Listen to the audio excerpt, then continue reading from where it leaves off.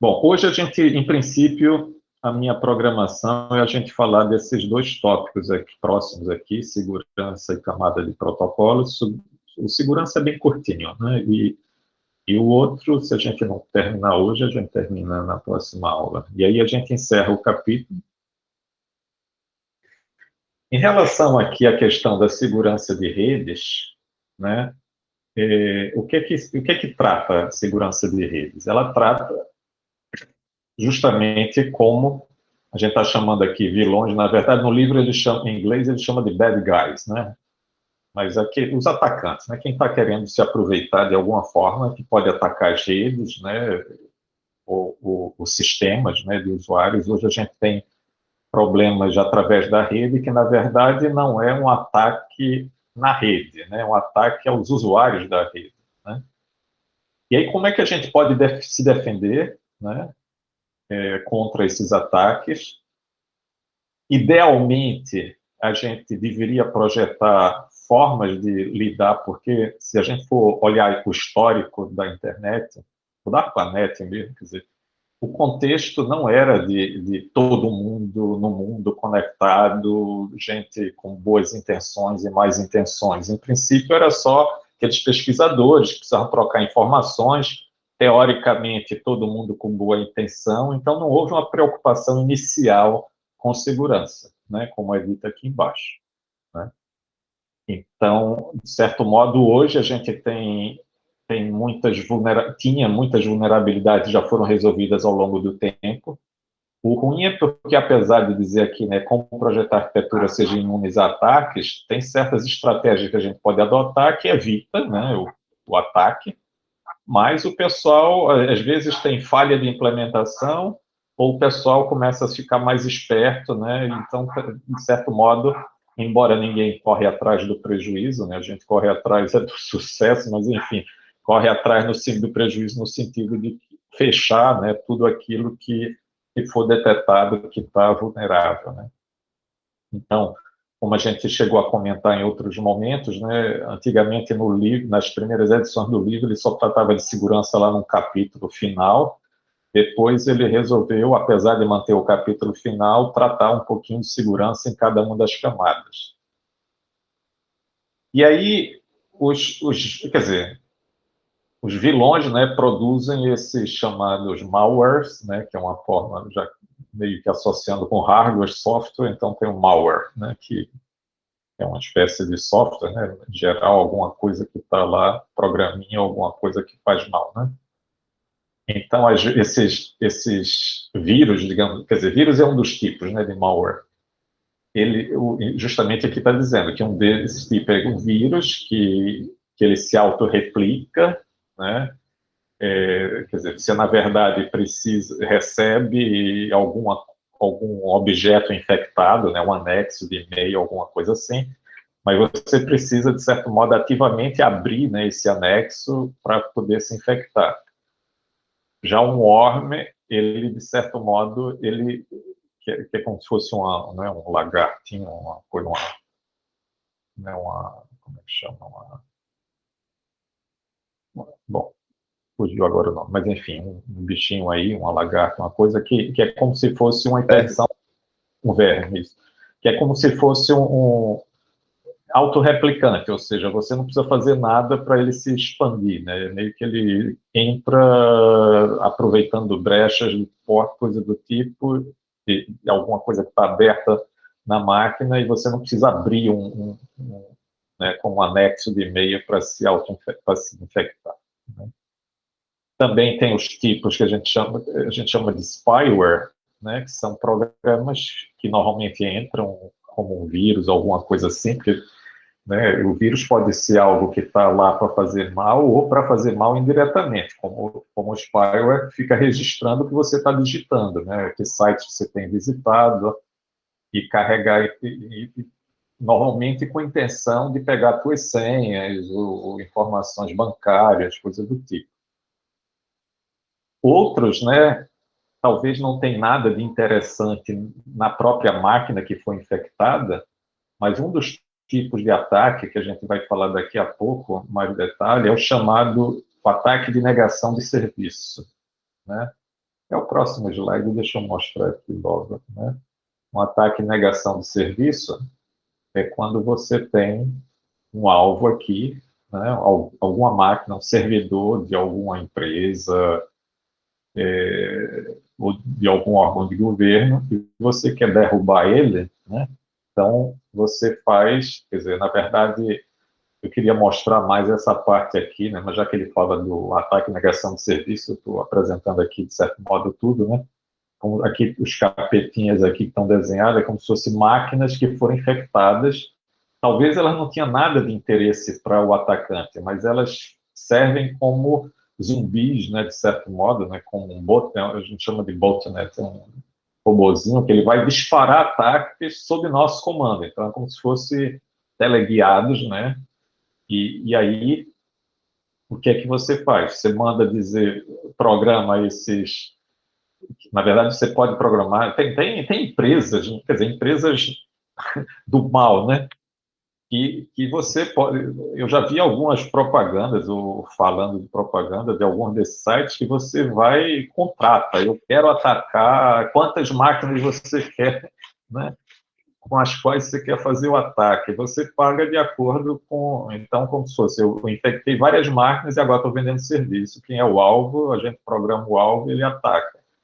Qual é a vantagem de espalhar também? Se disparar um ataque de uma máquina só, você bloqueia ela de alguma forma. Mas se está espalhado, como é que você distingue se, se é um pedido do bem ou um pedido do mal, já que vem de pontos diferentes? Então, são várias máquinas infectadas que disparam pedidos que não tem ninguém na máquina interessado naquilo, é só para sobrecarregar né, o servidor e fazer ele ficar indisponível para os usuários legítimos, né, que talvez vai fazer uma compra, alguma coisa assim. Imagina, você quer fazer uma compra, entra no site, não consegue usar o site e tal, aí você muda de fornecedor, alguma coisa assim. Bom, então isso se chama de ataque de negação de serviço, porque o servidor nega serviço, né, deixa de atender os usuários legítimos, e essa rede botnet é usada para gerar esses ataques ou gerar spams também, né, gerar mensagens de spam. Muitas vezes, muito desses spams também contém alguma pegadinha, alguma coisa para você se expor, né, seus dados. Bom, essa é aquele slide que a gente acabou de falar. Depois você pode contaminar uma máquina e ficar observando tudo aquilo que está sendo trafegado naquela rede local, né? Uma rede sem fio ou uma rede cabeada compartilhada. Eu estou dizendo compartilhada porque, como a gente está vendo aqui, é um cabo que está compartilhado entre diversos usuários. Então, a Ethernet compartilhada é assim, né? Porque a gente tem agora a versão com switches que praticamente cada um está ligado diretamente ao switch, né? Então não tem tanto compartilhamento assim, mas esse carinha aqui pode, normalmente, quando eu tenho um meio compartilhado como esse, cabeado ou com fio, cada interface de rede na máquina, ela seleciona se o pacote é destinado para ela. Se for, ela copia. Se não for, ela ignora. Esse é o comportamento normal. Nesses modos também existe uma mensagem que é destinada para todo mundo. Todo mundo deve copiar. Mas as mensagens são destinadas para os outros, a gente não precisa, ignora, porque não é para a gente. Mas você pode programar o computador para ele capturar tudo que passa, mesmo que não seja para ele. E aí, se essas informações que circulam não estiverem protegidas com criptografia, a gente consegue ter acesso, né? Claro que se a pessoa, quer dizer, se essa senha circula de forma aberta, qualquer um pode fazer isso, né? Agora, precisa alguém que queira fazer isso, né? Que fique capturando. Aqui, por isso tem essa figurinha aqui do cara que quer fazer isso, né? Que está dando o exemplo, né? De uma mensagem que está circulando por aqui, de uma origem B com destino A. Agora que eu vi que nem traduzi isso aqui, mas tudo bem. Source, né? Destination e payload é a carga, os dados estão sendo transferidos. A gente, uma das tarefas que a gente vai ter no curso é utilizar, tem esse software chamado Wireshark, que é um analisador gratuito de pacotes, ou seja, a gente vai usar para o bem, né? A gente vai usá-lo para ver pacotes reais trafegando na rede e aprender mais sobre os protocolos. Tem vários laboratórios, em cada capítulo tem pelo menos um, inclusive esse, né, que eu vou também passar para vocês a tarefa, que na verdade o primeiro é só de familiarização com a ferramenta, tá? Talvez eu faça uma demonstração sobre ele também em algum momento, mas tem um roteirinho que explica como usar. Mas ele é um tipo de software que faz isso, ele coleta tudo que passa na interface. Agora, claro, quer dizer, a intenção não é ficar descobrindo senha e passar para alguém para cometer um ataque. Por outro lado, né, é o alerta, né, de que, como existem esse software, a gente deveria usar algum tipo de proteção, sobretudo quando está tratando de senhas. Né? O outro cenário que ele apresenta aqui é quando alguém a gente diria, nos termos legais, Código Civil Brasileiro para pessoas humanas, a gente chamaria de falsidade ideológica. Né? Aqui, no caso, é porque você conseguiria programar, por exemplo, essa é a máquina C. Eu conseguiria enviar um pacote dizendo que eu sou B. Tá? Quer dizer, e aí, se fazendo passar por B, né? Claro que aí você pode dizer, poxa, mas quando alguém for responder, vai responder para B, e não para você. Mas eu, usando aquela outra técnica, eu capturo, B vai receber, mas eu também vou copiar a resposta. Aí depende do que eu estou mandando, né? Eu estou personificando B, né? Cometendo, como eu falei, falsidade ideológica. Então, a gente precisaria ter alguma contraprova, né, digamos assim, de que aquela pessoa que mandou o pacote, além do que está escrito no cabeçalho do pacote, foi de fato B que mandou e não alguém se fazendo passar por B. Tá? Bom, essa é a introdução sobre segurança, né, para a gente se alertar dos problemas, e em cada capítulo vai tratar um pouquinho disso. Eu incluí aqui nos slides. Existe nesse site aqui, né, cartilha.certbr, o CERT é uma organização ligada à Internet BR aqui no Brasil que divulga, né, e trata de questões de segurança. Aliás, a gente tem algumas instâncias que ficam observando, né, ataques e resolvendo, né, e tentando coibir que eles aconteçam. Nesse material aqui é como se fosse uma cartilha para leigos também, né, em princípio, né, porque a ideia é que todo mundo fique ciente, consciente dos riscos que correm. Aí eu sempre digo, quando falo disso aqui, é o seguinte, bom, se a cartilha é para leigos também, né, a gente que não é tão leigo assim, que trabalha computação, a gente tem meio que quase que a obrigação, né, de entender dessas coisas, então eu acho interessante vocês darem uma olhada lá pelo site e ver as coisas, e até indicar para pessoas, e etc. Tá? Bom, então, como eu disse para vocês, essa parte de segurança, né, é bem rapidinha. Né?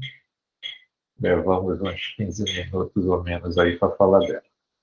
Por quê? Porque não está falando de tudo sobre segurança. Está só apontando questões que a gente precisa se preocupar. Eu lembrei agora que nessa edição do livro, eu acho que foi a partir dela, ele fez uma inversão. Né? Ele primeiro fala de segurança, depois fala de camada de protocolo e modelo de serviço. Em edições anteriores, vocês vão ver, sobretudo essa sexta, que existe em português, vocês vão ver que é na ordem trocada. Ele primeiro fala das camadas, depois fala de segurança, mas o conteúdo é o mesmo. Tá? Bom, então essa questão das camadas, né, de protocolos, bom, aqui está entre aspas, porque na verdade é uma forma, né, a gente chama de camada, não é uma camada de verdade, mas não deixa de ser, se fosse um nível, né, Mas assim, a gente está começando o nosso estudo de redes, né, mas as redes, de certo modo, são complexas, né, com muitos pedaços, a gente já falou de alguns deles, né, dos hosts, né, os hospedeiros, roteadores, enlaces, né, usando diversos meios, as aplicações, os protocolos, hardware, né, software. E a ideia aqui, quer dizer, a pergunta que ele se faz é, bom, será que a gente consegue, como é que a gente consegue tratar de todas as coisas que a gente precisa para que a comunicação aconteça com sucesso, né?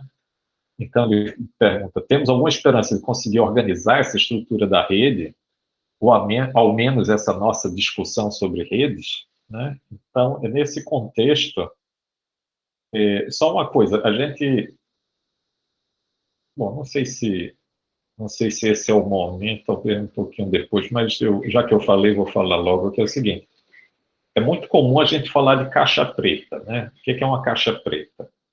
Uma caixa preta, a gente chama de preta porque a gente não, é como se tivesse opaco, né? Não é transparente, eu não consigo ver o que tem dentro da caixa. Eu consigo ver só o que eu mando para ela e o que eu recebo de resposta dessa caixa.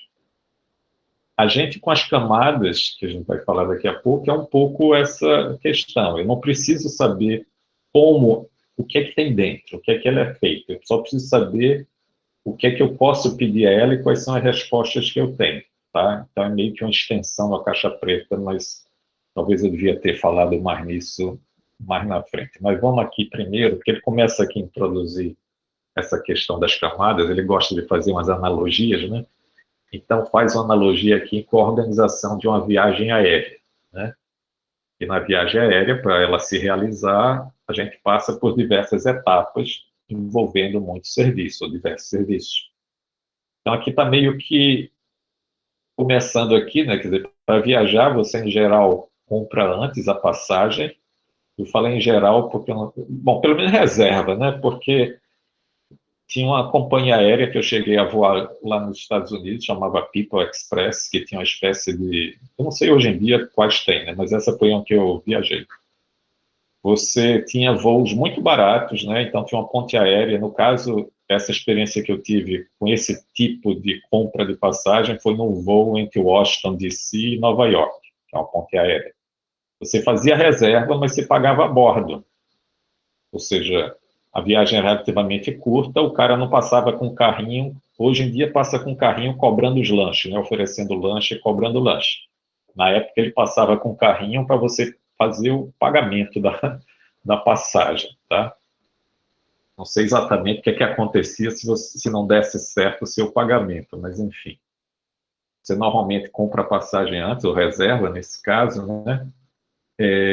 Quando você vai viajar, se tem bagagem, você despacha a bagagem, depois você vai para o portão de embarque, embarca, entra no avião, o avião decola, ele é encaminhado, né, pelos controladores de voo, então a aeronave é roteada, né, vai chegar lá no destino, foi,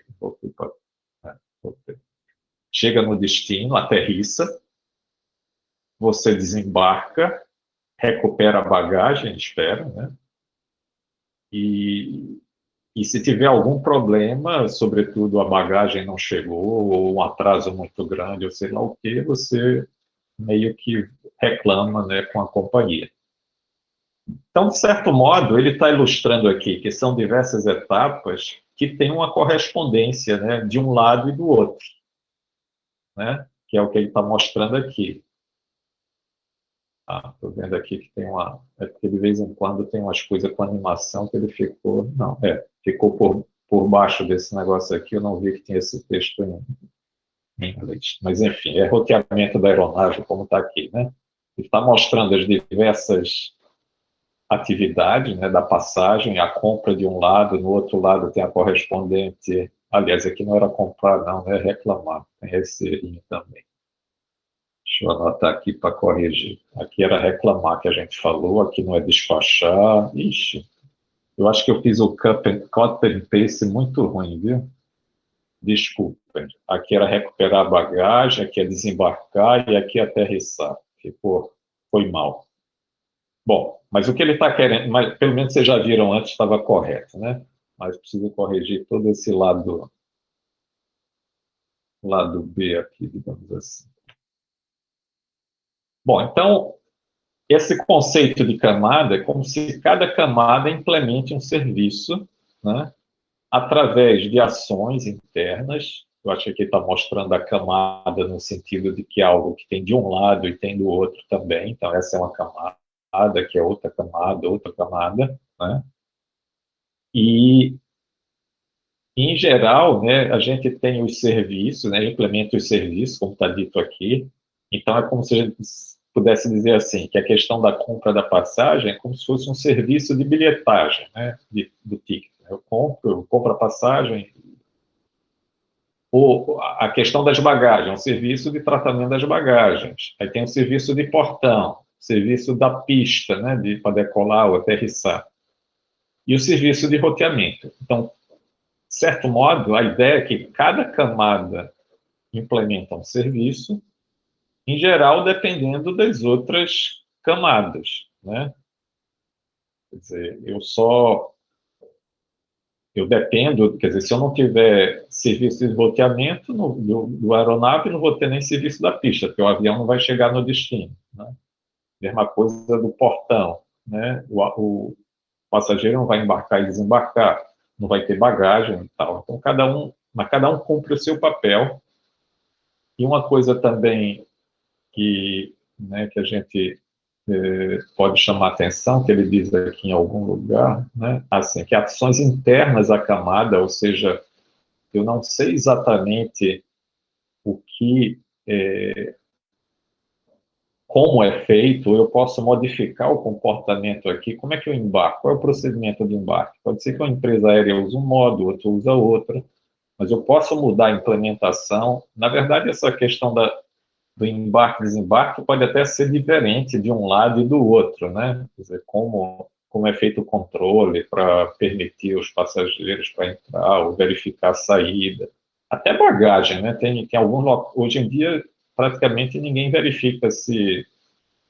Antigamente, as empresas aéreas, até por conta do extravio, né? Tinha que controlar que se você que pegou a bagagem, você é aquele passageiro mesmo, né? Hoje em dia, nem estão dando bola. Aliás, hoje em dia nem sei, porque faz tempo que eu não viajo, mas história da pandemia, tá? Bom, então essa ideia de dividir em camadas é realmente para a gente ter, se a gente tem um sistema complexo ou muito amplo, né? Porque existe, eu vou até de vez em quando dar umas alternativas até ao que diz o livro, porque tem um autor aí que diz que, na verdade, a gente aqui vai tratar como se cada camada tivesse uma função bem específica, como nesse caso da viagem de avião, que é a visão que comumente se usa. Mas tem outra visão, claro que não da rede que a gente tem hoje, da internet, mas que cada camada deveria cumprir a mesma tarefa, que é a comunicação entre dois pontos. O escopo, ou seja, quem são esses dois pontos, é que varia de acordo com a camada. Quanto mais baixo as camadas mais baixas eu estou mais entre os vizinhos, as camadas mais altas eu estou mais abrangendo uma área maior. Mas, no final das contas, as camadas é uma forma de dividir o problema, né? Então, ter uma estrutura que descreve esse relacionamento entre as partes ajuda.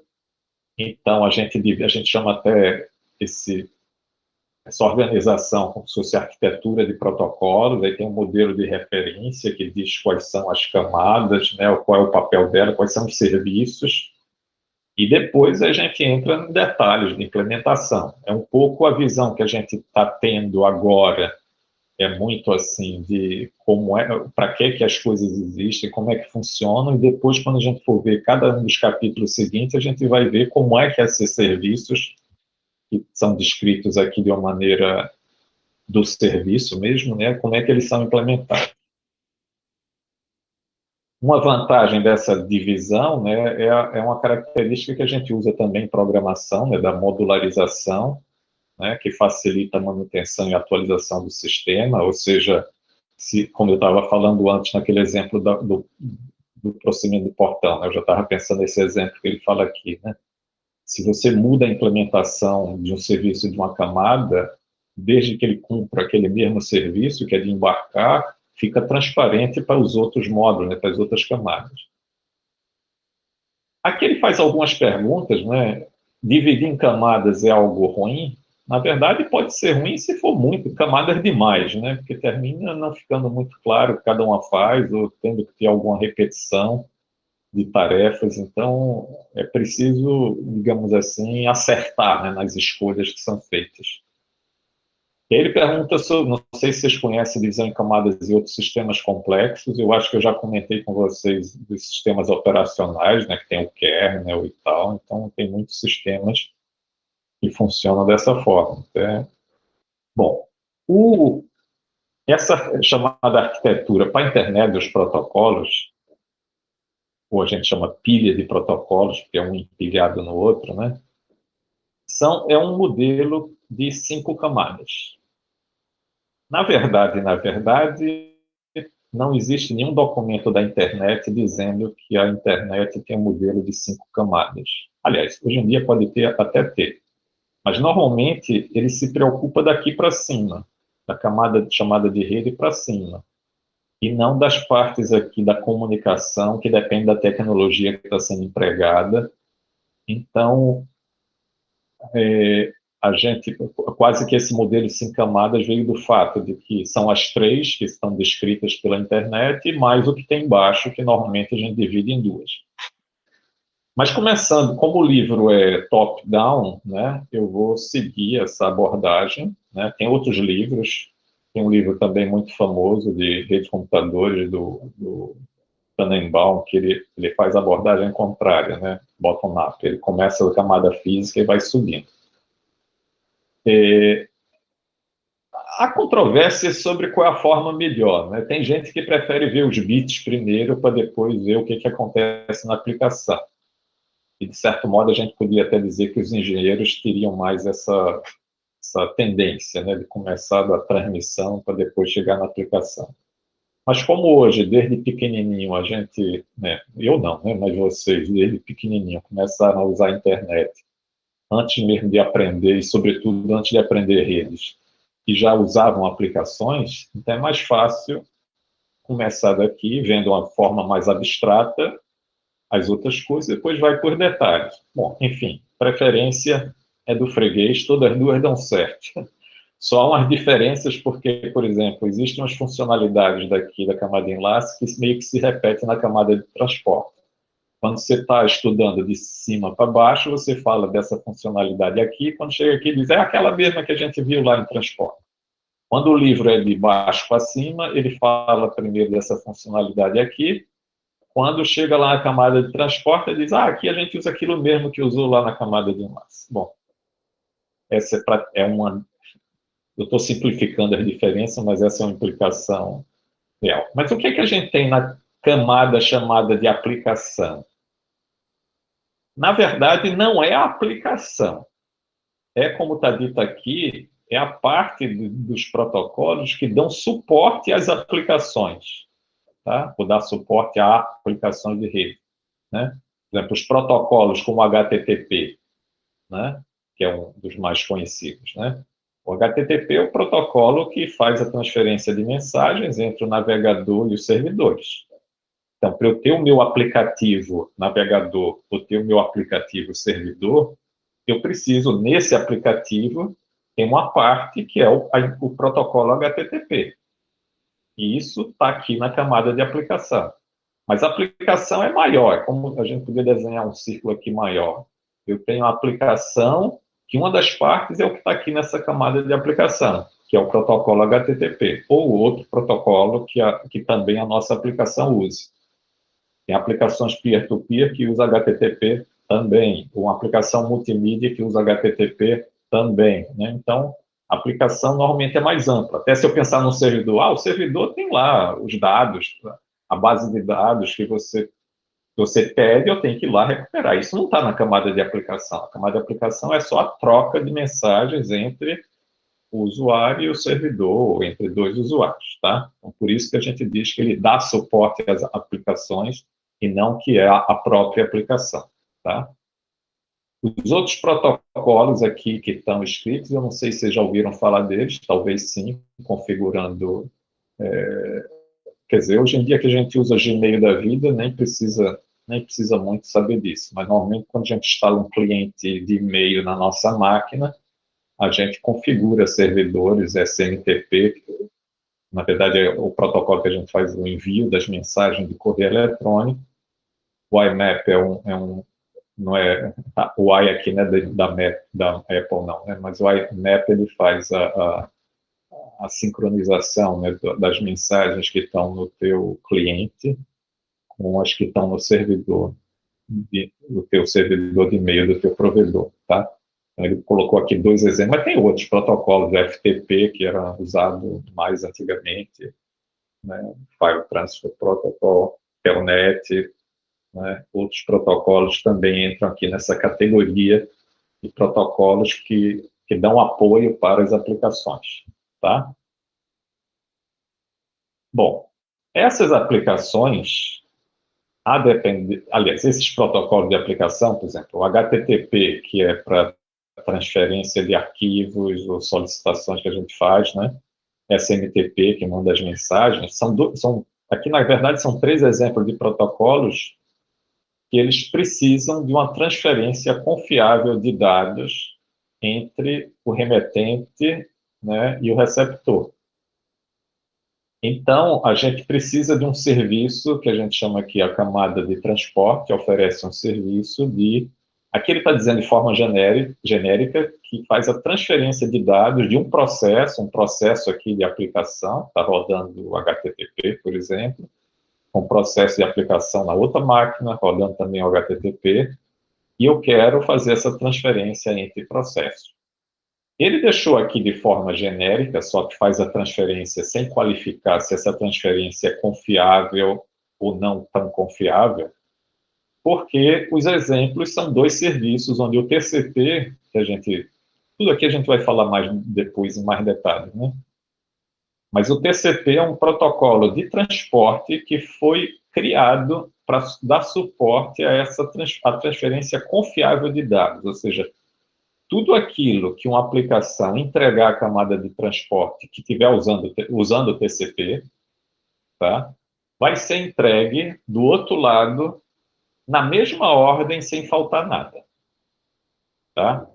Ou vai tentar, né? Claro que ele não faz milagre. Se não chegar nada do outro lado, que pode ter se perdido, um buffer que estourou, coisa do tipo, ele tenta retransmitir. Agora, se houver uma interrupção de comunicação, ele não tem o que fazer, né? Não faz milagre, né? Então, mas os dados que ele entregar vão preservar a ordem original e a integridade dela, da sequência e o conteúdo, tá? Então, esse é o serviço de transporte do TCP. Já o serviço desse que é conhecido como UDP, tá? O TCP significa Transmission Control Protocol, protocolo de controle de transmissão. Foi o nome que deram. O outro protocolo se chama UDP, Protocolo de Datagramas de Usuário. Esse daqui é, de certo modo, o oposto do TCP. Quando a gente falou da comutação de pacotes, eu comentei, acho que eu comentei, né, que é um estilo, de vez em quando fico em dúvida se eu já comentei ou não, mas é o estilo de melhor esforço. Ele tenta fazer com que o pacote chegue no destino. Mas se não chegar, ele não vai fazer nada, não vai tentar recuperar. Tá?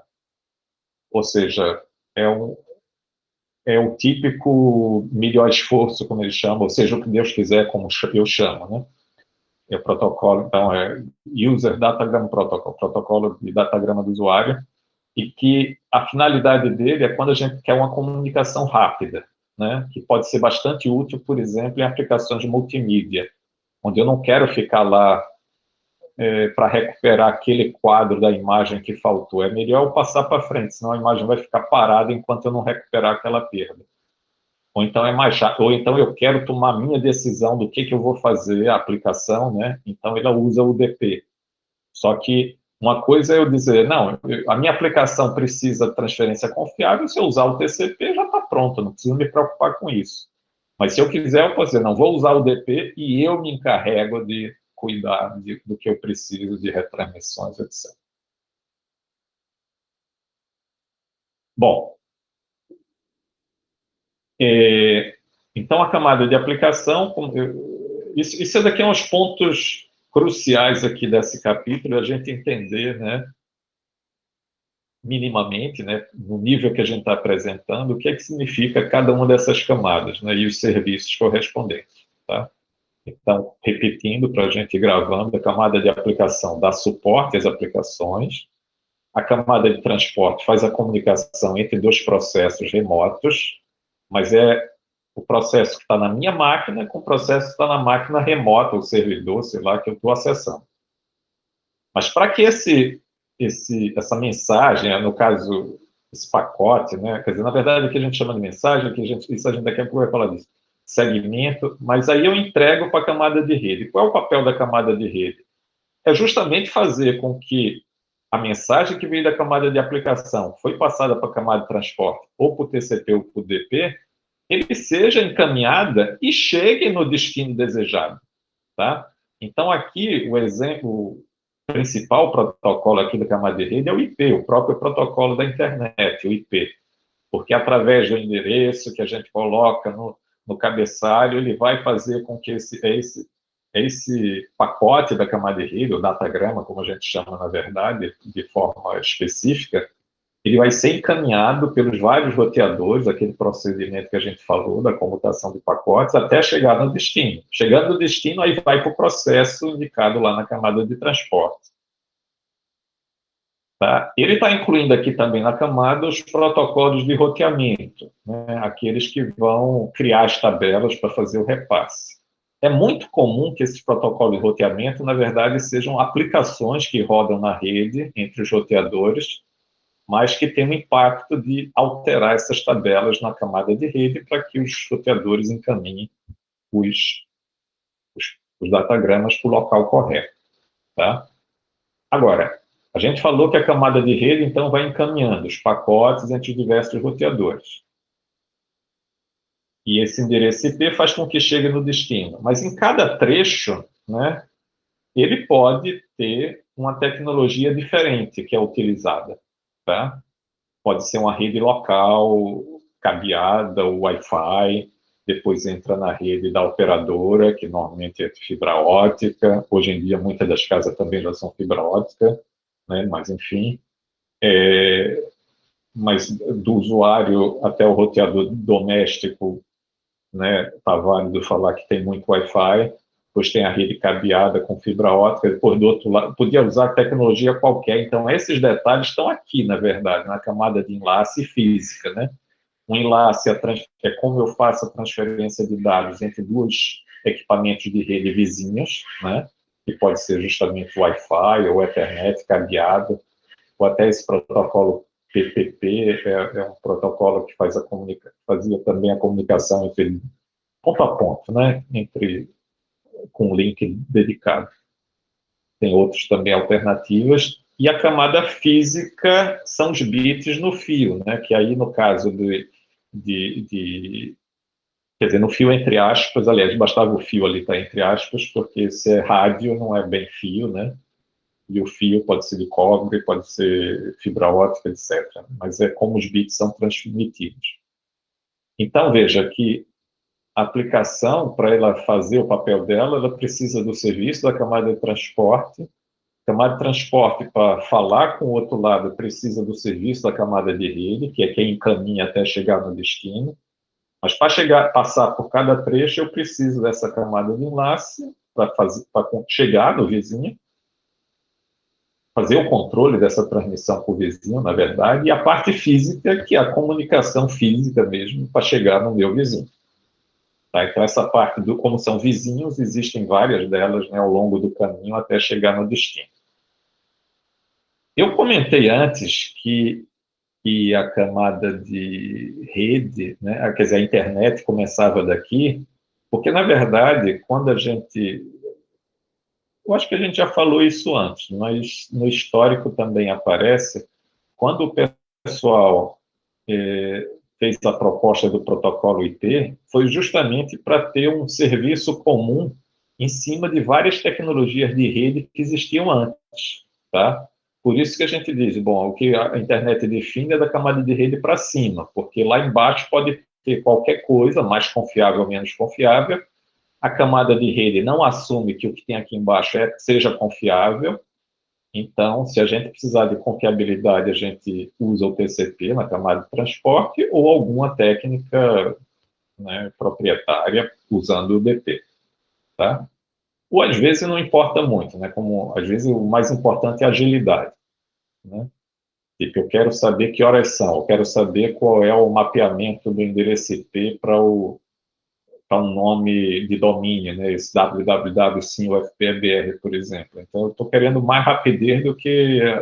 Claro que eu quero também que a resposta chegue, né? Mas se a coisa funcionar bem, eu pergunto e vem a resposta mais rápido do que se precisar primeiro negociar, combinar e depois fazer a transferência, como a gente vai ver depois.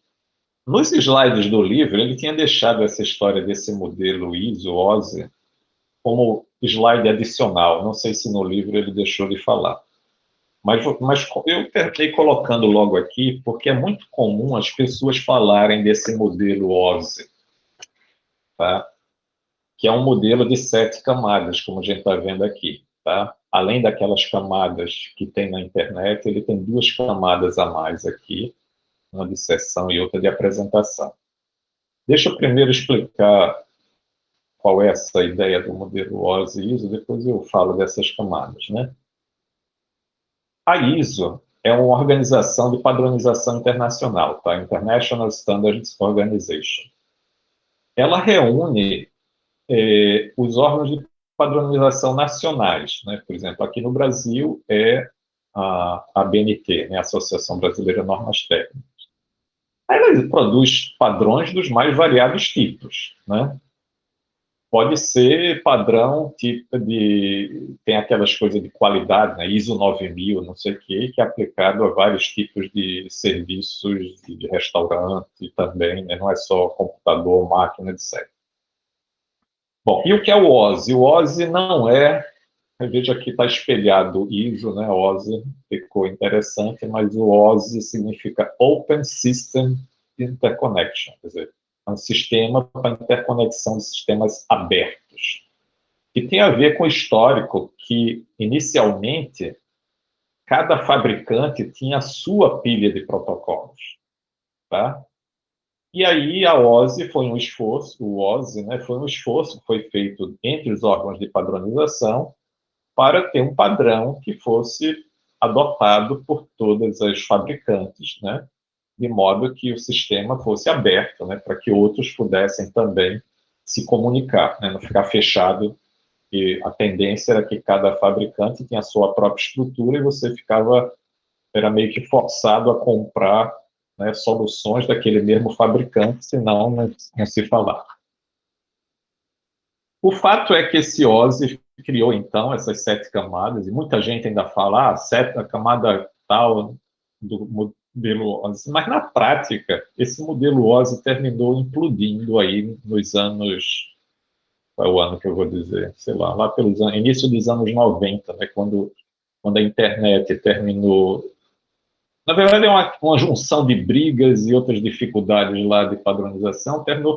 Tinha uma época que todo fabricante dizia que estava comprometido em seguir o modelo OSI. Depois ele meio que implodiu e ninguém mais se preocupou tanto com o OSI, né? Claro que o OSI terminou sendo implantado em alguns momentos, mas foi a internet que dominou, tá? Então esse modelo serve mais como uma referência do que seja usado na prática. E nessa proposta que foi feita, eles tinham essas 2 camadas adicionais aqui, que na verdade, como diz aqui na internet, eles não existem como camadas à parte, e algumas talvez nem precisavam existir mesmo, né? Basta incluir na camada de aplicação. Mas a camada de apresentação, por exemplo, a ideia era de ter coisas, sei lá, representações diferentes nas máquinas diferentes, né, para os dados, ou seria feita uma compressão dos dados, ou codificação dos dados, aí poderia ser uma das coisas que tem nessa camada de apresentação.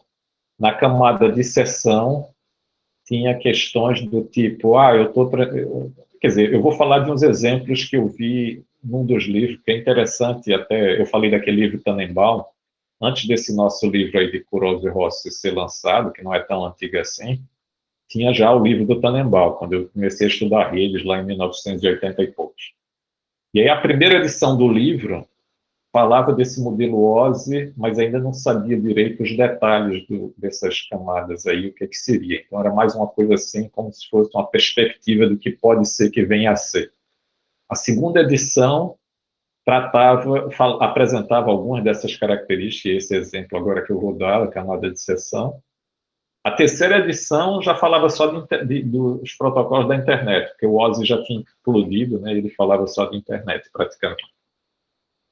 Então, nessa camada de seção, é como se dissesse, mas o que é que acontece se eu quero, porque é como se fosse aqui a camada de transporte, né? Ela faz a comunicação entre dois processos, mas como é que eu controlo essa transferência?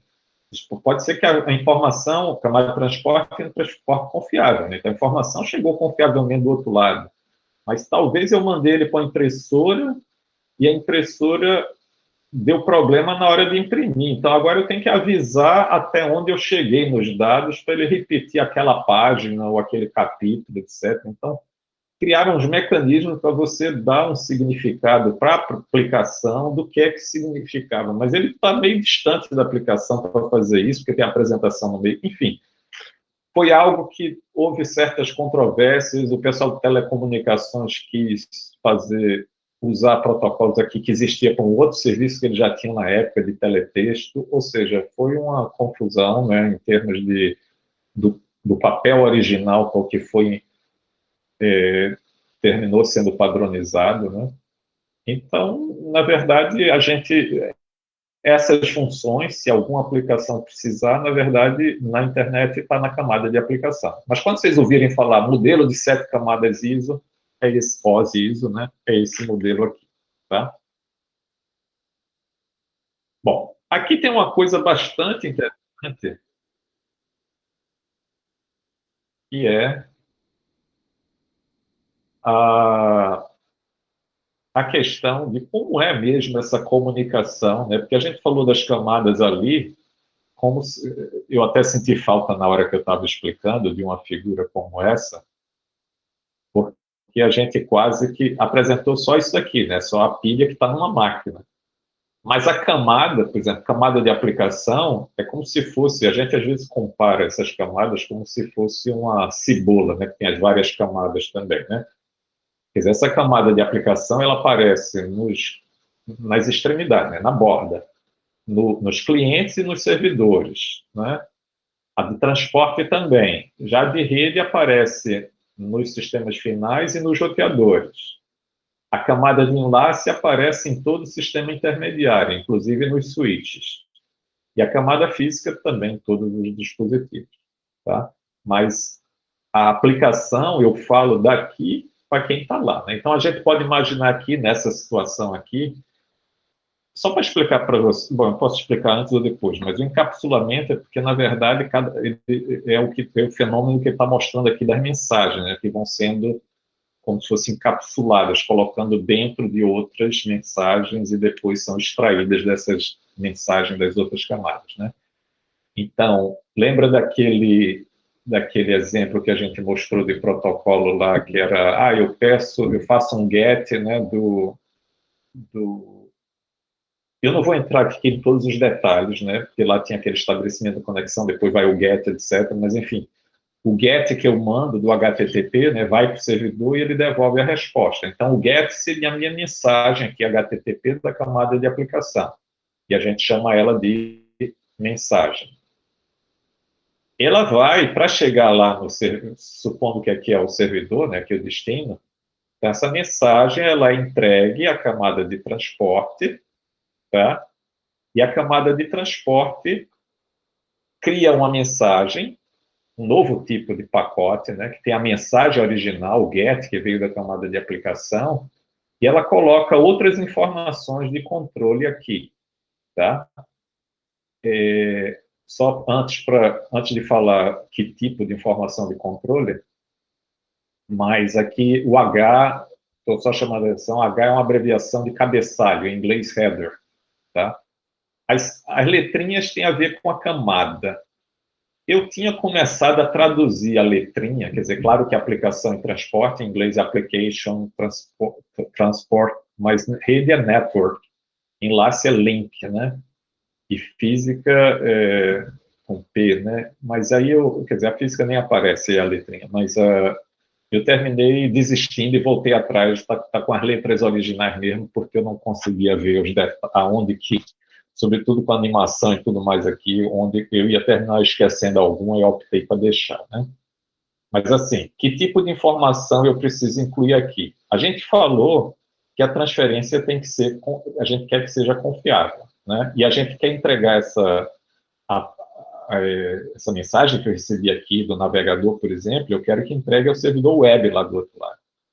Então, talvez vocês já ouviram falar que o servidor web recebe mensagens na porta 80. Se vocês não viram falar, não tem problema, mas é uma identificação que serve para identificar o processo. É naquela máquina e num certo identificador que é essa tal porta, né? Então, essa informação de porta vem nesse cabeçalho de transporte.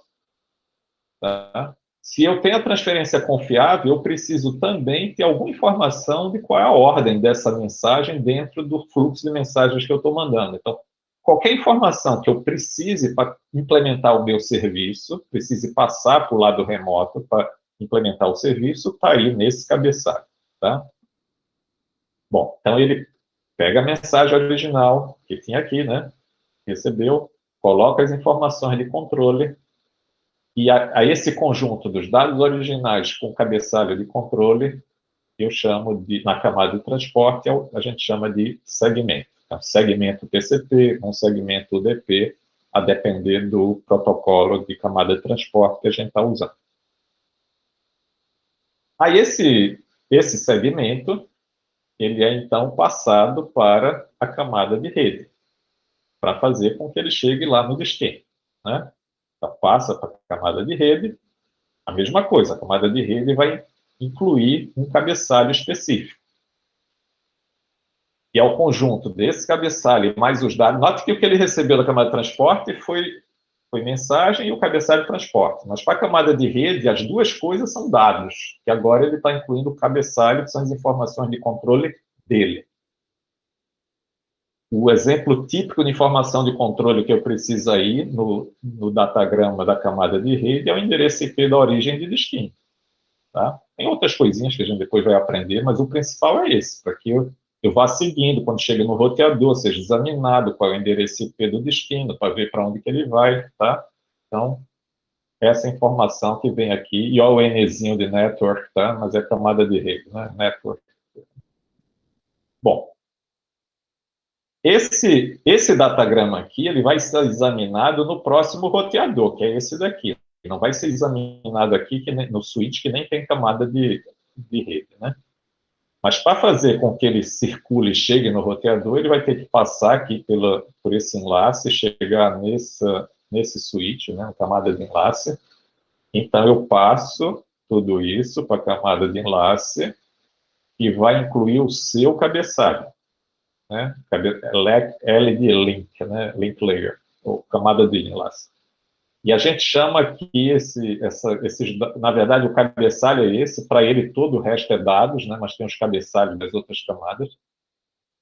A gente chama de quadro, o inglês é frame, tá? Então, se vocês escutarem em algum lugar falando de frame em termos de rede, camada de enlace, é o quadro, tá? Que às vezes as pessoas preferem usar os termos em inglês, né? Aliás, é sempre perigoso essa história de traduzir, depois eu conto uns causos para vocês.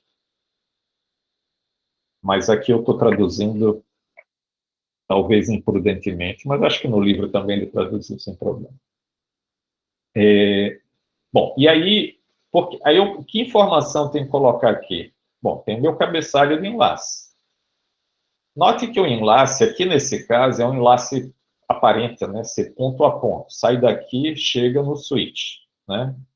Mas ele chega no switch destinado a chegar no roteador, porque aqui a switch ele podia ter outros carinhas conectados. Então, eu preciso ter alguma informação de controle local para indicar qual é o vizinho destino, né, que eu devo fazer com que ele chegue. Então, essa informação, se alguém já ouviu falar, existe chamado endereço MAC, né? Essa informação vem aqui no cabeçalho da camada de enlace, no cabeçalho do quadro, tá? Que é usado pelo switch para fazer chegar no destino, porque aqui é só para ser repassado, né? E chega no roteador destino, que ele vai, quer dizer, encerra a função da camada de enlace e passa para tratar a camada de rede, para ver quem é o endereço IP, para encaminhar para o destino, só antecipando as coisas. Mas aí esse quadro, ele é entregue para a camada física. Aí na camada de física a gente tem os bits, né, que são transmitidos, então não tem um formato específico. Bom, ele passou, viu, que ele voltar aqui. Não, a primeira coisa é que não tem um formato específico. Camada física, mas normalmente essa é uma função da camada de enlace. Porque a camada física, se for um meio dedicado, está sempre transmitindo alguma coisa, ou vazio ou com dados do usuário. Se for um meio tipo Wi-Fi que eu estou compartilhando com outros, é bom que eu fique quieto quando não tenho nada para transmitir, né? Então, só transmito quando eu tenho algo para transmitir e, de alguma forma, o outro lado é avisado. Está começando uma transmissão aqui de alguém, vamos ver o que ele está mandando, né? Agora, outra coisa que eu queria comentar é que esse switch aqui, ele é meio só que um intermediário, né? Então, o destinatário aqui, por isso que o pacote está passando meio que direto, né? Pelo switch e chegou aqui no roteador. Aí chegou no roteador com a informação que tinha no cabeçalho, no endereço MAC que tinha no cabeçalho da camada de enlace. Agora a camada de enlace vai entregar o datagrama para a camada de rede. Cadê a animação? Chegou ali. Isso. Retirou o cabeçalho dele, da camada de enlace retira o cabeçalho dele para passar para a camada de rede, né?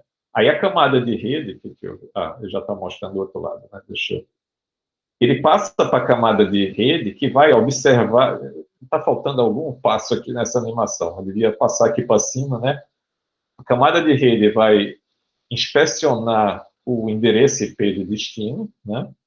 E vai mandar ele para, no caso aqui, tem uma conexão direta, mandar para o servidor destino. Se tivesse outros roteadores, ia passar por diversos outros roteadores até chegar no destino, né? Então, ele passa... Ah, não, está aqui a animação. Eu aqui, ó. Chegou aqui, examinou o pacote, e aí descobriu que tem que mandar por essa porta de saída para chegar ao endereço IP dessa máquina de cá, ou é do próximo roteador para chegar no destino, né? Como eu disse antes. Então, ele vai entrar agora em outro enlace, então vai ter outro cabeçalho da camada de enlace, desse novo enlace, que pode ser uma tecnologia diferente da que veio por aqui.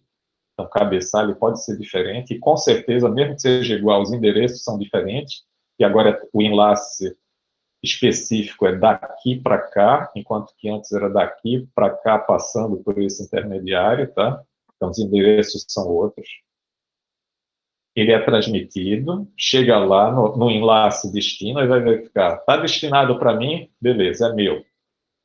Passa, foi. E toda vez eu aperto o botão errado.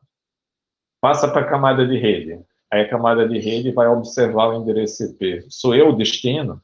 Sou, beleza. Aí extrai os dados e passa para a camada de transporte examinar o segmento. Aí vai verificar para quem deve entregar, se está na ordem certa. Se for aquele protocolo confiável TCP, ele vai ver se está na ordem certa. Se estiver na ordem certa, ele já pode passar para a aplicação. Se está com falha de sequência, ele pode guardar, mas não pode entregar ainda enquanto não chegar a seguinte que está faltando, né? A gente vai ver esses detalhes depois, como é que ele lida com isso. O que a gente quer mostrar agora é só esse efeito dos cabeçalhos sair. É quase como se eu coloquei uma mensagem dentro do envelope, eu coloquei alguma informação de controle. Aí coloco dentro de outro envelope com outras informações de controle. E cada um do outro lado vai abrindo e processando a sua parte e, eventualmente, colocando, como aqui no roteador, em outro pacote, né, outro enquadro aqui, para chegar no destino. Depois eu vou tirando esses controles que vão servir o seu papel. Por exemplo, aqui eu mandei mensagem de controle da origem para chegar aqui no destino. Aí ele processa as informações e vê o que fazer com a mensagem. E finalmente, toda vez aperta o botão errado. Entrego a mensagem ao destino, tá? Que pode ser aquele tal do GET, que aí a aplicação vai consultar a base de dados, vai preparar a mensagem de resposta e tudo. Note que esses passos daqui, eles são sempre repetidos, né? Todo mundo, como é que se diz? Todo pacote, toda mensagem que eu for transmitir, daqui da origem para o servidor, destino, depois o que o destino responder para mim, vai passar por todas essas etapas aqui, né? Para ser recebido corretamente e ser processado lá, a resposta chega para a gente, tá?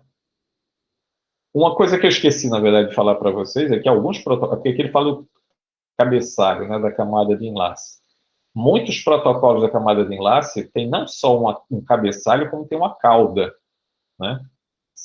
A gente vai falar, quando falar da transmissão confiável, que para a gente saber se houve dados corrompidos, a gente usa uma soma de verificação, checksum. E esse checksum na camada de enlace, ele fica após transmitir os dados, porque ele vai transmitindo, a interface física aqui, vai transmitindo os dados e vai calculando qual é a soma de verificação. Quando termina de injetar os bits da mensagem no meio físico, aí ele insere o resultado da soma de verificação que ele calculou no final da mensagem. Quando chega, ele vai processando aqui na camada de enlace, vai processando tudo que chega desde o início e vai recalculando a soma de verificação, que no final tem que bater. Se não bater, é porque houve erro de transmissão e aí ele descarta a mensagem, né? Então, ele tem também uma cauda. Tem aquele software que eu falei, do Wireshark, tá?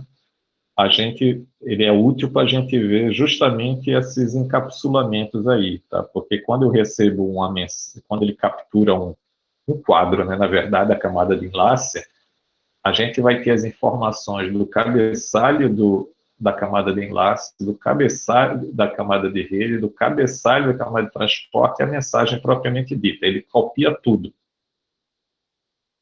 E aí, para a gente é útil, para a gente ver, tem tal informação aqui, está nesses bytes.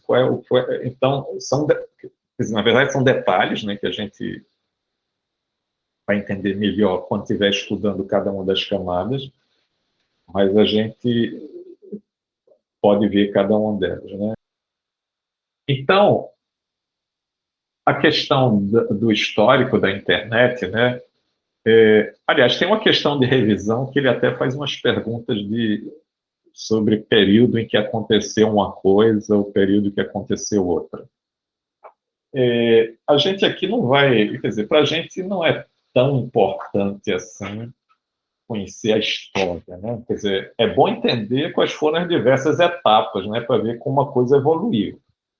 Mas saber em que período de tempo aconteceu tal coisa não é tão relevante assim, né? Então, normalmente eu não faço perguntas de datas e muito menos, no caso, as perguntas que eu vi eram mais de período, né, para ver a década, início dos anos 90, fim dos anos 80, sei lá. O início mesmo, de certo modo, da comutação de pacotes surgiu inicialmente de forma teórica, tá? O Kleinrock, que é um dos pioneiros da internet, né, da comutação de pacotes, né?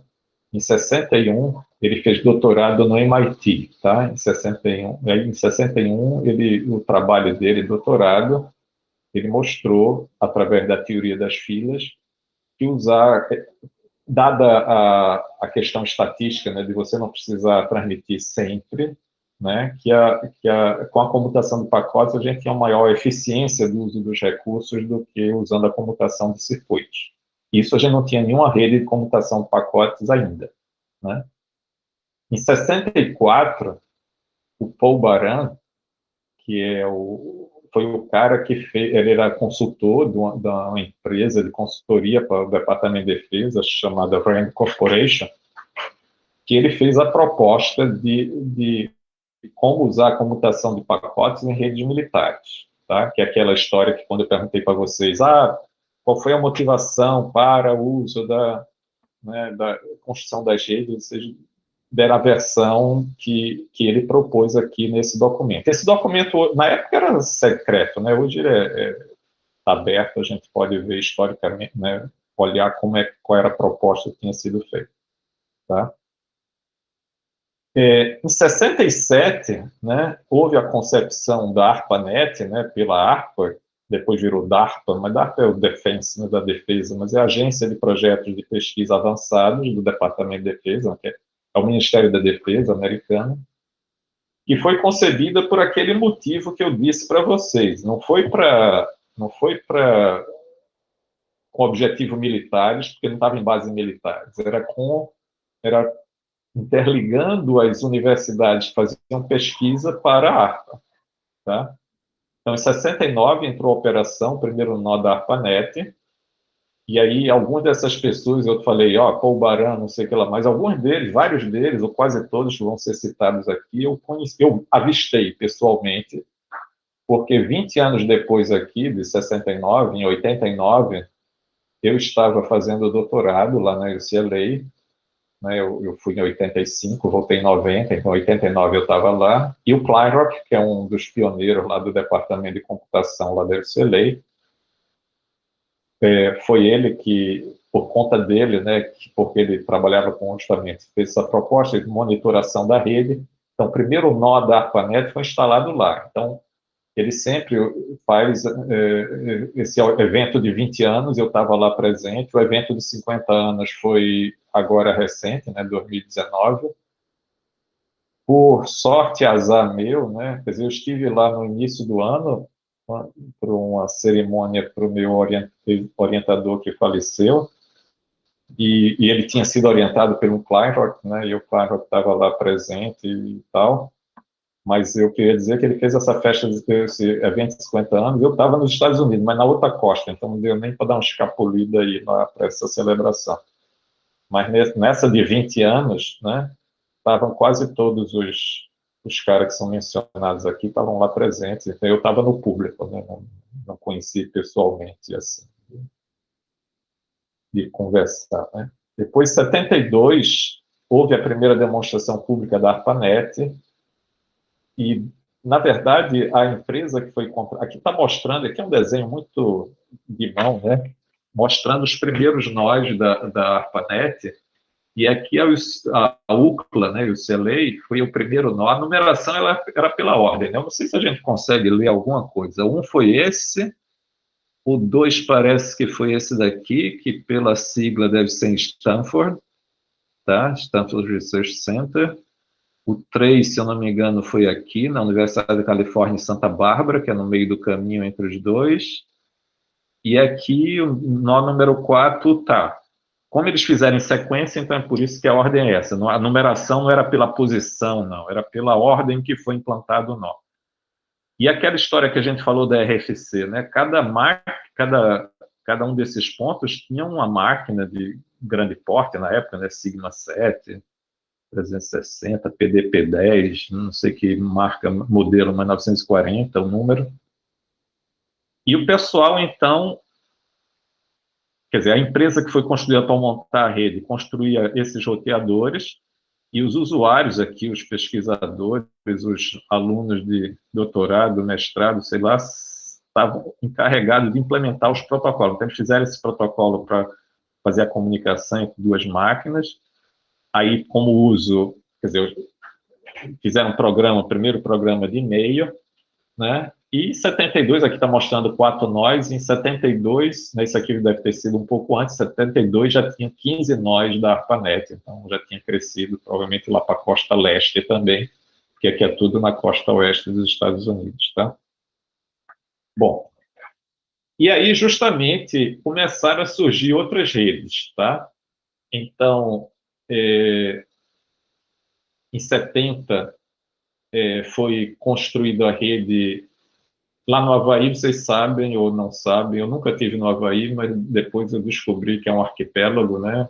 Então fui lá surfar, não surfo, mas é um arquipélago, então a comunicação era meio complicada entre as diversas ilhas, né? Então eles começaram a bolar um esquema baseado em rádio, no caso satélite, né? e como Aloha, aí deram um nome com a saudação lá deles, né, AlohaNet, que era um esquema de... A gente depois vai estudar um pouco mais de detalhes, mas era um esquema de comunicação que era bastante... Quer dizer, funcionava, mas bastante pouco eficiente, vamos dizer assim. Mas foi uma forma de... É uma tecnologia que foi desenvolvida. E assim, vários outros estavam... Tinha vários outros tipos de redes que surgiram aí no início dos anos 70. Então, em 74, o Vint Cerf, que é aquele cara que depois virou evangelista do Google, agora mais recentemente, ele foi aluno doutorado lá na UCLA, né? E junto com o Khan, que eu não sei exatamente qual era o papel dele, mas eu acho que ele trabalhava para... o Vint Cerf era aluno lá do doutorado, o Khan eu acho que ele fazia parte de alguma outra organização, mas eles bolaram o que chama de arquitetura para interconexão de redes, que é o que está dito aqui, que é a base da arquitetura da internet, né? Ou seja, a ideia é ter aquelas camadas, em princípio, a partir da camada de rede, né? Assumindo um serviço que ele chama de melhor esforço, né? Best effort. Eu acho que eu tinha visto, eu falei para vocês, talvez tenha falado para vocês, mas acho que eu via fazendo a tradução desses, quer dizer, preparando esse slide aqui, talvez não tenha nem falado tanto, mas posso ter falado lá na computação de pacotes, né? Mas eles chamam de melhor esforço, mas na verdade a hipótese era o seguinte: embaixo daqui dessa camada IP pode ter qualquer coisa, um serviço mais confiável ou menos confiável. A ARPANET era bem confiável, tá? Mas a comunicação entre nós. Mas eles não sabiam o que é que eu... Tem uma rede aqui, a AlohaNet, por exemplo, ela é confiável? Não, não muito. Então, o que é que eu vou assumir? Não, vou assumir que eles vão tentar. Pode ser que dê certo, pode ser que não dê. Se a gente precisar de alguma coisa confiável, a gente implementa. Não conta que isso já seja dado para a gente, né? Então, isso ficou conhecido como um modelo de serviço, né, de melhor esforço, best effort. A ideia, em princípio, é não mudar, como eu disse antes, não mudar as redes, mas construir algo em cima delas. Ele assumir um roteamento sem estados. O que é que significa roteamento sem estados? É que eu encaminho o pacote para o destino, consultando aquelas tabelas de repasse, mas não depende... se um pacote seguir uma certa rota, o outro não tem a obrigação de seguir a mesma rota, tá? Ele pode seguir outra rota desde que a tabela tenha se modificado. Então, esse sem estados é meio... quer dizer, eu tenho informação lá, né, de para onde eu devo mandar, mas eu não preciso manter a mesma informação para um fluxo de mensagens, por exemplo. Aí, nesse sentido, o fluxo não mantém a história de por onde ele está seguindo, mesmo que seja um fluxo de um cliente para um servidor, ou vice-versa. E a ideia também tem um controle descentralizado, né, assim, distribuído, né, de modo que se algum... Na verdade, isso é tolerância à falha, né? Se eu tiver um controle centralizado, aquele controle pifa, aí nada funciona, ou aí teria que ter redundâncias, etc, né? Então, esses são princípios gerais, né? Se alguém tiver interesse, pode ler o documento, hoje deve ser uma das primeiras RFCs que tem esses princípios.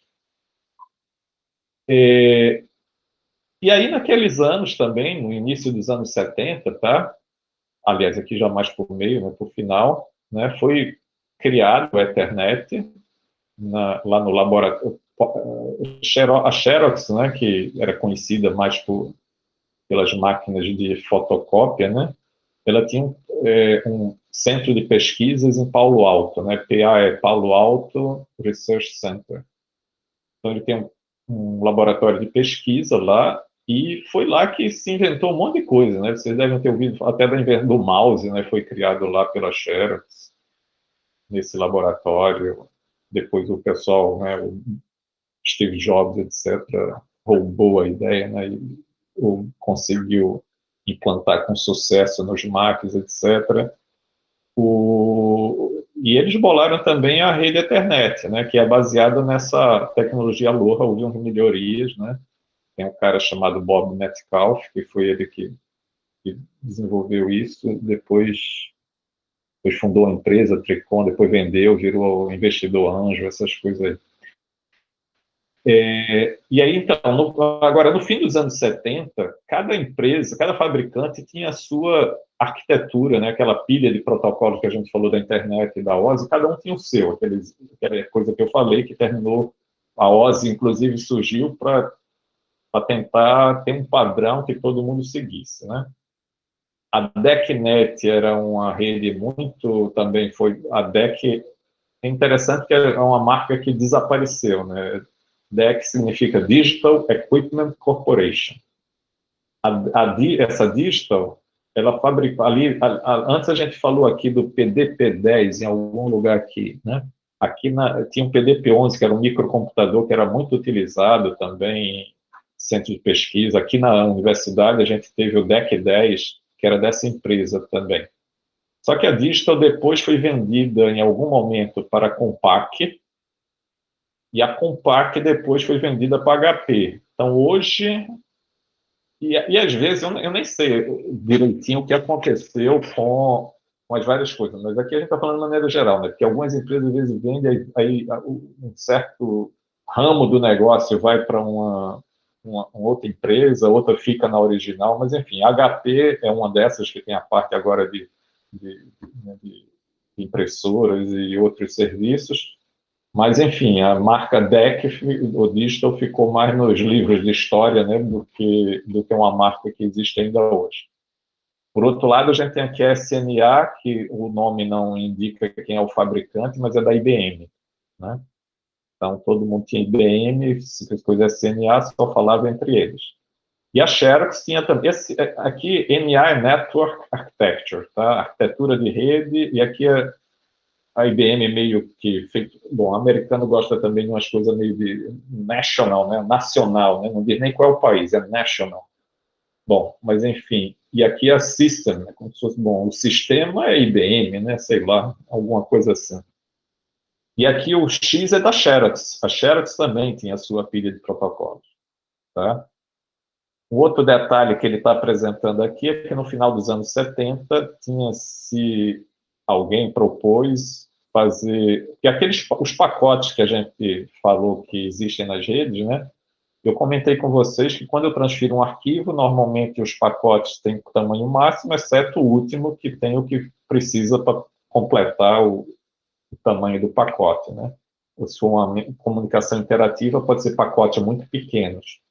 Mas há uma outra estratégia que facilita algumas coisas de gerência, mas pode ter ociosidade, é eu ter pacotes de tamanho fixo, que é como se fosse, não sei se vocês sabem que na aviação e nos navios, né, tem aqueles containers, né? Container aquele o pallet, né, que chamam também nos aviões, né? Mas são aqueles containers, tem um volume determinado, um formato, de modo que facilita o transporte terrestre, ser armazenado, ser transportado, mas ali a carga, às vezes, fica, o container não vai totalmente cheio, né? Então, às vezes, tem ociosidade ou não, né? Mas é esse o preço que a gente paga por ter um formato, um comprimento fixo, e também acontece nas redes. Existe uma tecnologia que no final dos anos 80, início dos anos 90 em particular, que foi bastante estudada, inclusive na minha tese de doutorado, que se chama ATM, e essa ideia dos anos 70 aqui, de ter pacote de comprimento fixo, foi meio que um precursor dessa tecnologia. Em 79, veja, o primeiro nó da ARPANET foi em 59, né? 59, 69. Quase que eu dizia o ano que eu nasci, né? Eu nasci em 57, não foi em 59, mas fui lá para trás. Bom, mas em 79, 10 anos depois do primeiro nó, a ARPANET já estava com 200 nós. Tá? Ela foi crescendo relativamente bastante em poucos anos. Quer dizer, 10 anos chegou a 200 nós, na época que não se tinha nada, era só os computadores de grande porte, né? Envolvendo projeto de pesquisa para o departamento de defesa.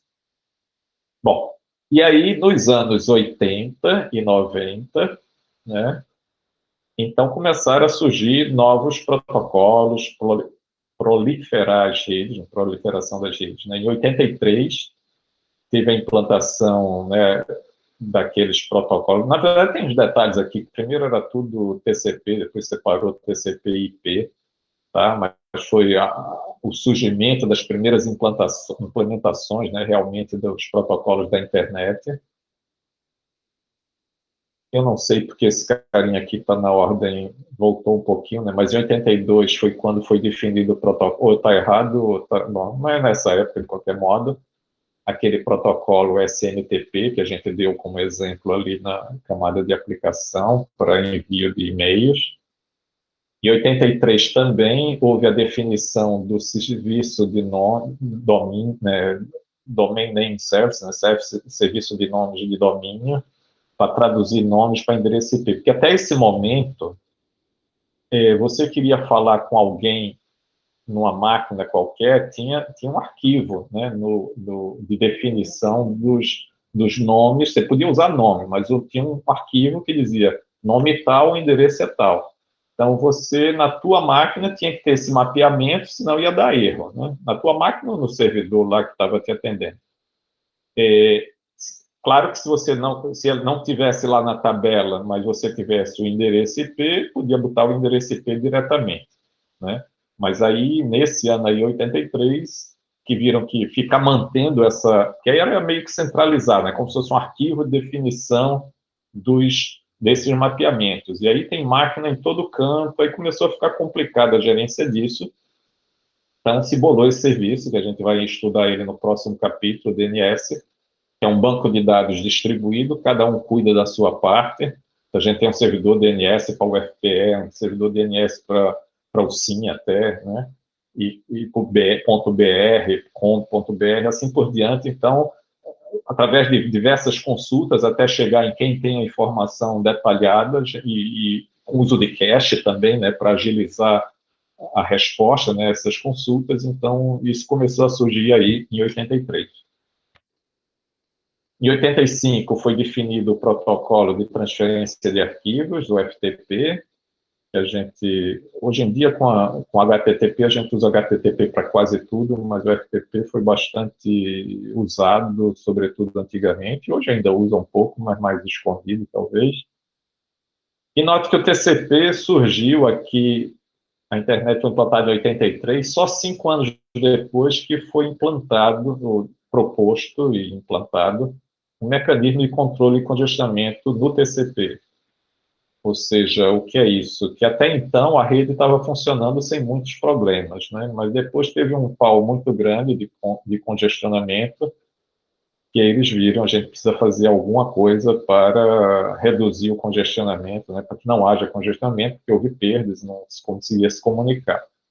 Então, aí houve a proposta de implementar esse controle de congestionamento na camada de transporte, no TCP, e a gente vai estudar isso lá no capítulo 3. Tá? Mas eu queria chamar a atenção aqui, sobretudo, que foi 5 anos depois, né? Não foi logo de imediato, só se sentiu a necessidade posteriormente. E aí começaram a surgir várias redes nacionais, tá? Porque a ARPA, né, ela era americana, tudo bem, mas era ligando os laboratórios que tinham projeto de pesquisa com o Departamento de Defesa, e não os outros, né? Então, depois o pessoal de computação meio que se interligou suas máquinas nessa chamada CSNet, né? Computer Science Network. Essa BitNet, é engraçada a BitNet, porque eu acho que eu comentei com vocês que o pessoal da FII, quando a gente queria, logo em 90, 89, 90, se a gente quisesse comunicar do SIM, do Departamento de Informática, né, da época, para o Departamento de Física, tinha que dar a volta lá nos Estados Unidos para voltar, e a rede que o pessoal de Física estava conectado, lá através do Rio, era essa rede BitNet. E essa rede foi uma rede montada com um patrocínio inicial da IBM, e que esse nome Bit não é também Bit, né? Mas é because it's time, é como se fosse, chegou a hora de nós que não nem somos, de certo modo, né? Nem somos, tem um contrato do Departamento de Defesa e nem somos de computação, né? Então foi meio que uma proliferação assim, e antigamente chegava a época o pessoal dizia assim, eu vou te passar um bitnet, é como se fosse, eu vou te mandar um zap, né? Eu vou te passar um bitnet. E hoje em dia, provavelmente nenhum de vocês nem ouviu falar da bitnet, a não ser agora que eu estou dizendo isso para vocês. as coisas às vezes vêm e vão muito, não vou dizer tão rapidamente, né, porque já vão bem uns 30 anos nessa brincadeira. E aí o CNPq dos Estados Unidos, né, que chama National Science Foundation, terminou montando uma rede. Aqui tem até uma topologia da rede que foi montada com patrocínio do CNPq americano, né, NSF. Esse é o mapa em 91. Tá? E claro que aqui parece, mas tem muitas cidades que estão conectadas. Isso era os links principais, né? Depois cada estado, etc., se conectava a esses pontos, coisa desse tipo. Então, praticamente aqui no final dos anos 90 já existia centenas, né, cerca de 100 mil hosts conectados nessa chamada confederação de redes, né? Uma internet mesmo, né? Quer dizer, rede de redes, como a gente falou. Aí o que aconteceu lá depois, né, no início dos anos 90 até 2000, é que começou, primeiro, quer dizer, houve a comercialização da internet, né, motivada pela web, e novas aplicações foram surgindo. É interessante porque antigamente, antes de surgir a web, né, havia chamados Bulletin Board Systems, BBS, que eram computadores isolados que discavam um com o outro para fazer transferência. Então, você queria um joguinho de computador, você se conectava a um desses sistemas na tua cidade e baixava o joguinho, né? Ou depois começou a ter também reserva de passagens ou coisa do tipo, uma série de serviços com o BBS. Depois, com a web, a coisa ficou muito mais fluida, né? Sobretudo com a abertura comercial que teve da internet, né? Então, voltando aqui para a sequência, no início dos anos 90, a ARPANET foi desativada. Quer dizer, o Departamento de Defesa achou por bem desativar, já que já existiam outras opções, né, como a NSF mesmo. A NSF removeu restrições que era só para pesquisa, mas removeu restrições permitindo uso comercial para incentivar a formação das redes comerciais. Foi desativada depois em 95, porque já existiam os provedores comerciais. Aqui nessa histórica ele não conta, mas depois o pessoal das universidades criou a chamada Internet 2, porque viu que precisava de redes mais avançadas do que aquela que os provedores estavam fornecendo, precisava avançar a tecnologia e assim por diante.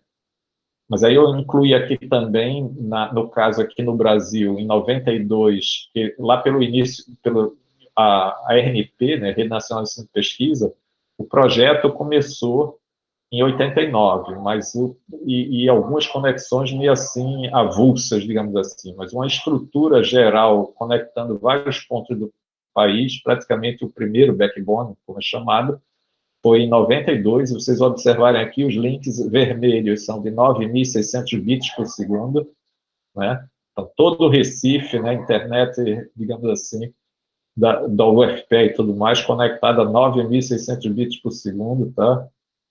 E os verdinhos aqui, que era aqui as conexões principais, 64 mil bits por segundo, né? A velocidade danada, né?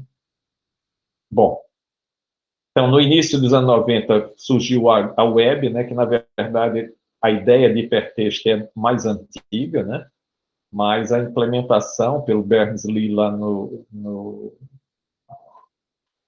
como é que chama? Fugiu o nome agora, mas para os físicos, né, para poder fazer acesso aos dados, né, então criou HTML, HTTP, foi em 94 surgiu o navegador Mosaic, depois virou Netscape, e no fim dos anos 90, né, houve toda essa comercialização da web, né, em toda a parte do mundo. No final dos anos 90, por aí, surgiram novas aplicações, meados, né, surgiram novas aplicações com mensagens instantâneas, né, ICQ, né, ICQ e outros, que depois agora o exemplo típico é WhatsApp e Telegram e outros aí, né, compartilhamento de arquivos peer-to-peer. E aí começou, com essa comercialização, abertura, começou a preocupação maior com a segurança das redes. A gente já passou, nessa época, para 50 milhões de hosts e mais de 100 milhões de usuários, e os enlaces da espinha dorsal, né, backbone, já começando a trabalhar em taxas de gigabit por segundo. E aí, meio que resumindo dos anos 2000 até hoje, né, essa última período aqui, meio que década, não um pouquinho menos, mas a gente tem mais aplicações novas e sobretudo, a internet praticamente, mas é meio exagero falar em toda parte, né, e pensando em alguns países em que ainda a penetração da internet ainda é pouca, né, mas a gente, nas cidades que já tem, que dependendo da cidade, é uma coisa realmente tá em todo lugar, né, a gente praticamente não perde cobertura, né. A gente pode dizer que a gente já tem cerca de 18 bilhões de dispositivos conectados à internet, provavelmente mais, porque isso é uma estimativa de 2017, né? O surgimento de smartphones, que aconteceu aí o iPhone em 2007, então nesse período. A gente tem visto essa implantação agressiva de acesso de banda larga, né, cada vez mais, primeiro com a DSL da Vida, agora com fibra, né? Tem a Vivo aí anunciando 600 mega via fibra. Eu não sei se vocês conhecem essa palavra, ubiquidade, mas ubiquidade é um sinônimo para algo que é comum, corriqueiro, tem em toda parte, né? Então, a ubiquidade crescente, no acesso sem fio de alta velocidade, seja com, né, aqui no caso, sem fio, né, então com as tecnologias 4G e agora 5G, o próprio Wi-Fi. Surgiram as redes sociais online, né, o Facebook já tem em torno de 2,5 bilhões de usuários. Tem aquele também fenômeno dos provedores de serviço, como Google, Facebook, Microsoft, que criaram suas próprias redes, né, mundial, de modo que o pacote destinado no serviço dela não percorre a internet comercial, mas ela se aproxima, né, dos usuários para dar um acesso mais instantâneo à busca, conteúdo de vídeo, etc., né? E as empresas têm a tendência de passar, não criar o seu próprio CPD, mas de ter máquinas virtuais, né, serviços implementados na nuvem, em plataformas como a AWS da Amazon ou Microsoft Azure, né? Então, esse é mais ou menos o que a gente podia caracterizar o momento atual, né? Eu coloquei aqui, eu tinha uns slides antes que faziam uma evolução da RNP, mas aí é detalhe demais, né? Eu mostrei aquele primeiro backbone, né, com link de 9664K, e aqui esse mapa aqui de dezembro de 2020, o que está de vermelhinho é 10 gigabits por segundo, tá? O que está de verde é 100 gigabits por segundo. Então, veja que a gente aqui, eu tinha até comentado com vocês, por conta da parceria com a Chesf, já é 100 gigabits por segundo, enquanto que para cá ainda está 10. Nós estamos trabalhando para ampliar todo o backbone para 100. A gente tem as conexões internacionais, né? Na verdade, aqui do Rio, porque não sei, aquilo que eu comento, a posição geográfica, né? Fortaleza está mais próximo do Caribe ou da Europa, né? Então, as fibras óticas normalmente chegam por aqui, né? Tipicamente eles chegavam só para ser repetido, mas agora tem pontos lá, tem data centers também aqui, então a tendência é você fazer o teu tráfego externo sair por aqui, né? Então então tem um link aqui de 200 gigabits entre São Paulo e Fortaleza, justamente para os links internacionais, tá? E outras conexões aqui para a Rede Clara, que é uma rede latino-americana, e outras conexões internacionais. Essa de 3 GB deve ser para o sul, tá ali para cima, mas eu acho que vem para a Argentina, outras, embora a Clara também vai para a Argentina. Então é isso. Quer dizer, aqui com todo exagero, né, mas diz que a gente viu uma tonelada de material, né, muita coisa, mas o que é que a gente viu? Essa visão geral da internet, visão de componentes, visão de serviços, vimos o que é um protocolo, fizemos essa estrutura de borda da rede, rede de acesso, núcleo da rede, no núcleo, em particular, essa distinção do que a gente usa, comutação de pacotes e a comutação dos circuitos, que era uma alternativa, acho que, né, pela reserva de recursos fixa, né, não era tão adequada. Falando da estrutura da internet, com as várias... justamente o núcleo, né, com essa história de acesso local, Tier 1, né, os principais, etc. questões de desempenho, né? Foi a penúltima coisa que a gente viu, perda, atraso, evasão. Aqui ainda está refletindo a sequência das edições anteriores, né? Que a gente mudou, segurança primeiro, camadas e modelo de serviço depois, e a história. Então, agora a gente tem um contexto, claro que a gente ainda vai se debruçar mais sobre isso, para no final, né, desse estudo, capítulo 1, ter essa visão geral, a terminologia de redes e um sentimento do que sejam redes, né, mas nos próximos capítulos, né, a gente vai ver isso em maior profundidade, detalhes, e ele diz em inglês, né, e fun, né, e diversão, né, a seguir aprendendo como essas coisas funcionam.